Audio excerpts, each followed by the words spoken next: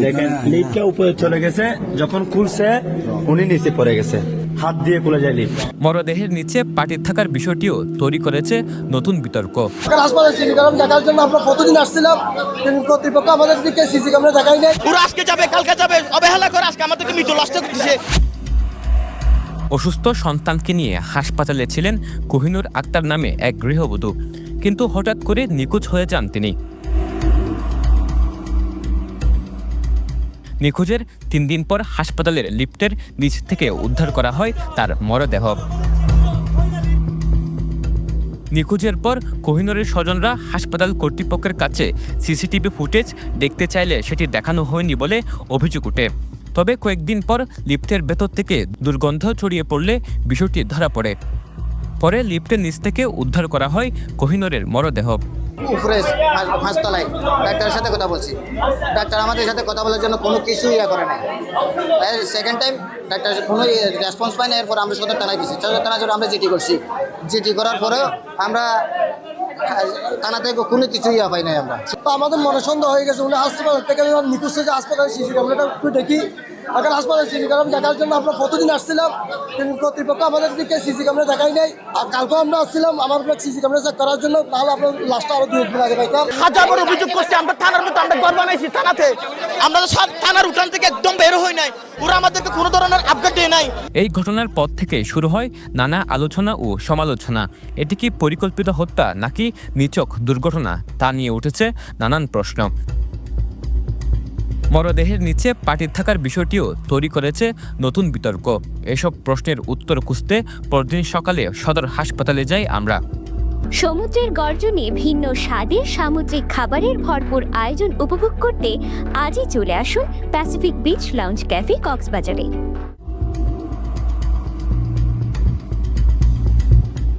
CCTV ফুটেজে দেখা যায় হাসপাতালের 4র্থ তলায় ভুলবশত লিফট থেকে বের হয়ে যান কোহিনুর।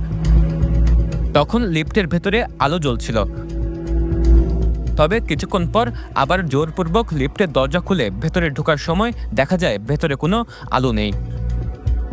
এরপর থেকে আর খোঁজ মেলেনি তার। লিফট যখন 5 টাকা চলে গেছে, উনি সেন্সরে হাত দেওয়ার পর লিফটটা অটোমেটিক খুলে গেছে।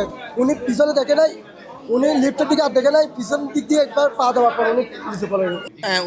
উনি যখন দরজা এভাবে টানতেছে সিসি ক্যামেরায় ডাকাত, ও নিজে এভাবে টানছে রে সিসি ক্যামেরায় ডাকাত একেলা আমাদের উপরে চলে গেছে।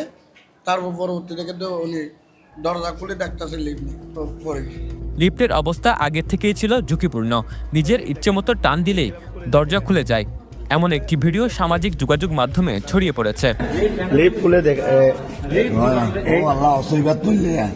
দেখেন লিফটটা উপরে চলে গেছে, যখন খুলছে উনি নিচে পড়ে গেছে, এই লিফটের অবস্থায় হাত দিয়ে খুলে যায় লিফট। এদিকে লিফটের নিচে পাটি থাকার বিষয়টি নিয়েও তৈরি হয়েছে নানা প্রশ্ন। বিষয়টি জানতে লিফট অপারেটরদের খোঁজ করি আমরা। যদিও লিফট পরিচালনার জন্য 4 জন অপারেটর নিয়োজিত থাকার কথা, তবে তাদের দায়িত্বে রয়েছে খামখেয়ালিপনা। ইচ্ছে হলেই লিফটে থাকেন, না হয় ঘুরঘুর করেন। পরে একজন অপারেটরের সাথে কথা হয়, তিনি জানান লিফটের নিচে যে জিনিসটি দেখা গেছে সেটি পাটি নয়, বরং হলুদ রঙের লোহার গ্রিল। তার দাবি লিফটের নিচে সহজে মানুষের যাওয়ার কোনো সুযোগ নেই এবং সেখানে মাত্র 2 থেকে 3 ফুট ফাঁকা জায়গা থাকে। হ্যাঁ, লিফট ওর থেকে আসি, ওইখানে প্রথম মোটর আছে, মোটরের মাঝে বসে, মোটরের মাঝে বসলে ওইটা ধরুন না 1 ফুট হবে মনে হয়। এখানে ফাটি ছিল না, এখানে কিসের ফাটি ছিল? এখানে ফাটি না, এখানে একটা এখনো নাই নে, এখানে একটা ওই মেশিনের লোয়ার গ্রিল আছে একটা হলুদ কালারের। তবে পুরো ঘটনা জুড়ে হাসপাতাল কর্তৃপক্ষের গাফিলতির অভিযোগ উঠেছে।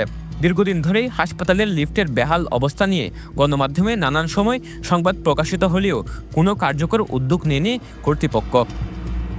সদর হাসপাতালে রয়েছে 2টি লিফট, এর মধ্যে একটি সাধারণ রোগী ও দর্শনার্থীদের জন্য ব্যবহৃত হয়, আরেকটি চিকিৎসক ও সংশ্লিষ্টদের জন্য। সাম্প্রতিক এই ঘটনার পর দ্রুত লিফট সংস্কার এবং নিরাপত্তা ব্যবস্থা জোরদারের দাবি উঠেছে। সরওয়ার সাকিব, পেনুয়া নিউজ।